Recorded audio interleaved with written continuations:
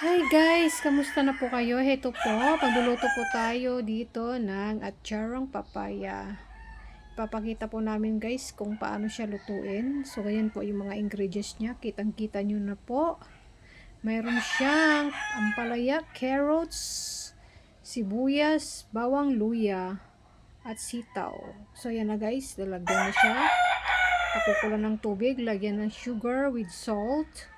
Tutunawin niya lang guys. Tunawin lang ng tutunawin hanggang matunaw yung ano. So mahina lang guys yung apoy niya para hindi yung sakto lang yan, medium lang siya. Hindi masyadong lalakas. Pwede naman palakasin kung nagmamadali kayo guys. Medium lang yan.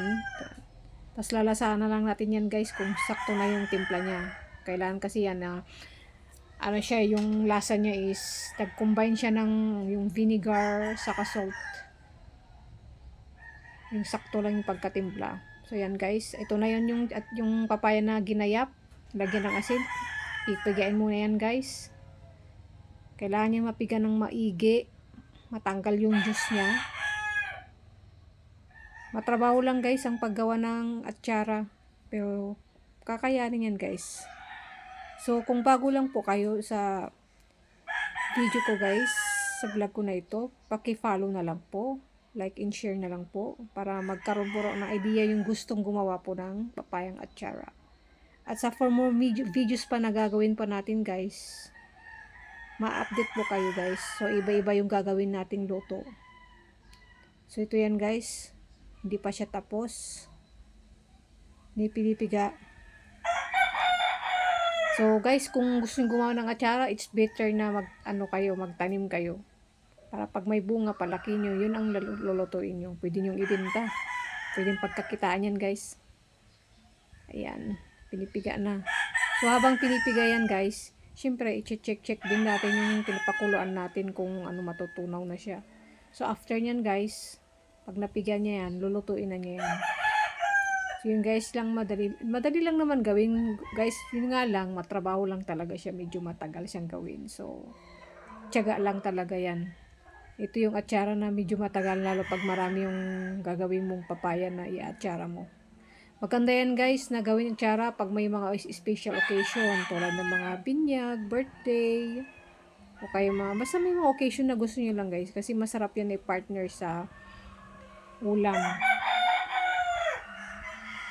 Sarap yan guys, pampano na yan, pampatanggal ng umay pag yan ang i-partner mo. Kung lari, pag karne yung ulam mo, yan ang i-partner mo, kainin mo, masarap niyang kainin. Hindi ka masyadong maumay.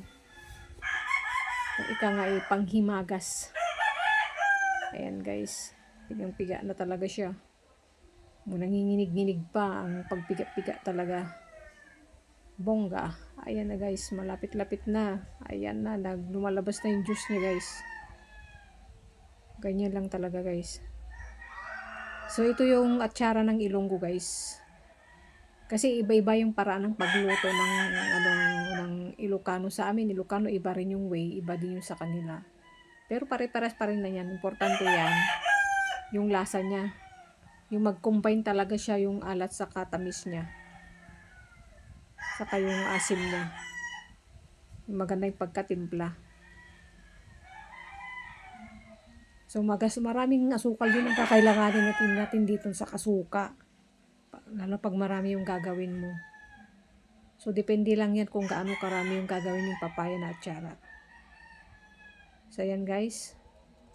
Medyo malapit na tayo sa katotohanan. Ayan na. Medyo marami-rami din kasi yung ginawa Kaya ayan. Makikita na po kung gaano kahirap kumuha ng atsara. Pero pag kinain mo, saglit lang yan. Maganda yan guys, pag may ref, ilagay mo sa ref. Habang tumatagal, sumasarap siya. Ayan guys. Yan, yung pinakuluan niya na may asukal, nilagyan niya ng suka. Pagkatapos ng suka, babalikan natin yung Ayan na. Then, balik tayo doon. Ayan, hinalo-halo ulit. Ayan, piniga ulit guys. Kitang-kita naman na pinipiga ulit ng asin, ang carrots, ang palaya at sitaw. Ayan guys, healthy yan guys kasi puro gulay-gulay tayo. So, walang kolesterol. Maganda yan. Sarap. Sarap yung ibenta guys. Pag ibenta mo to ilagay mo sa bote lang, medyo may kamahalan din. Ayan. Pinakuluan niya na may asukal na may suka na may asin. Nilagay na dyan. O, nilagay niya yung piniga niya na carrot, sitok sa kampalaya. Ayan. Sa pagkalagay ng sitaw, kampalaya. Ayan. Nagtataka kayo guys kung sinong gumagawa, yung aking asawang gumagawa niyan. So, pwede naman akong magluto kung gusto ko, pero siya muna ang anuin natin guys kasi yan ang gusto niya. Kanya-kanya kami ng style ng pagluluto kasi iba sila eh. Iba yung style ng luto niya. So, yan. Pag ako nagluluto guys, iba rin yung style ko. So, ayan. So, abangan nyo rin guys, pag ako rin nagluto, iba rin yung style ko magluto. So, marami pa tayong maluluto guys. So, pakifollow na lang guys para ma-update po kayo sa mga videos na gagawin pa natin. So, ayan guys. Ayan na. Lapit nang lumambot yung gulay. Pinapalambot ng konti. Then, pag malambot na yan guys, ayan, nilagyan pa ulit ng asukal. Siguro silasaan mo kasi guys kung tama na yung timpla niya, kung maasim, huwag dagdag ka ng konting asukal pa.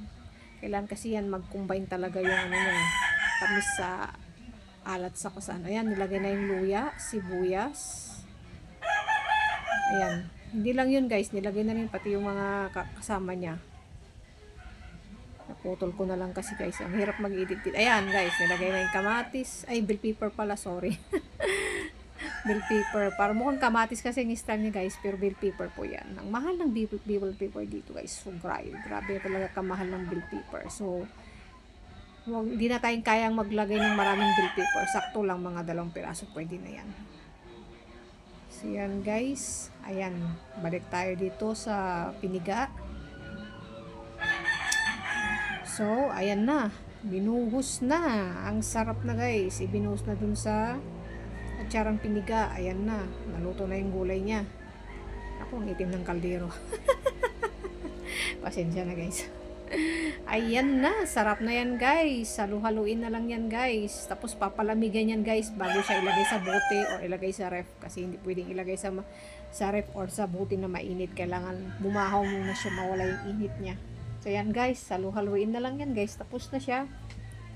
So ganyan lang guys ang gumawa. Matagal-tagal din pero sakto lang guys. Kung sanay naman tayong magluto, parang hindi mo malalaman yan na matagal. Pero, yan guys, ang sarap ng tsura niya oh guys. Pwede natin kainin. Lampangin na yan. Kainin na. Sarap-sarap na. So ayan guys. So bago lang po ako dito. So pasensya na po, nag-a-adjust pa ako. Hindi pa ako ganun kagaling mag-edit ng video. So pinag-aaralan ko pa. So ito guys, ito lang yung nakakayanan pa natin as of now. So sana guys, palambing lang po, pa-support na lang po. Lalo especially po sa matagal na po dito na maraming thank you so much for watching guys and hope to see you soon. Ay hindi, susunod na video pala guys. Diba? Nagkakamali-kamali po tayo pero okay lang yan guys. Wala tayo, hindi perfecto ang pagka-video man guys. At least nagkaroon kayo na idea kung paano gumawa ng atsarang papaya. Ayan na guys, tikman na natin ang lasa kung tama na. Ay, ang sarap naman guys. Pwede ng pang-ulam. Ay, ang sarap. Napakasarap. Ayan, kita pa yung tiyan niya. Ay, nako, my gosh. Ayan na guys. Tapos na po. Ayan, it's done na. Guys, tarantan every day. Ang sarap naman. Napakasarap. Yummy, yummy, yummy. Ayan na. O, diba? Pinapantay na guys. So, pwede na yan. Buti na lang walang maingay na manok dito kasi minsan nang ingay ng mga manok ko pag nagbibideo ako. Ayan na guys, finish Finish na. Thank you guys. Bye-bye.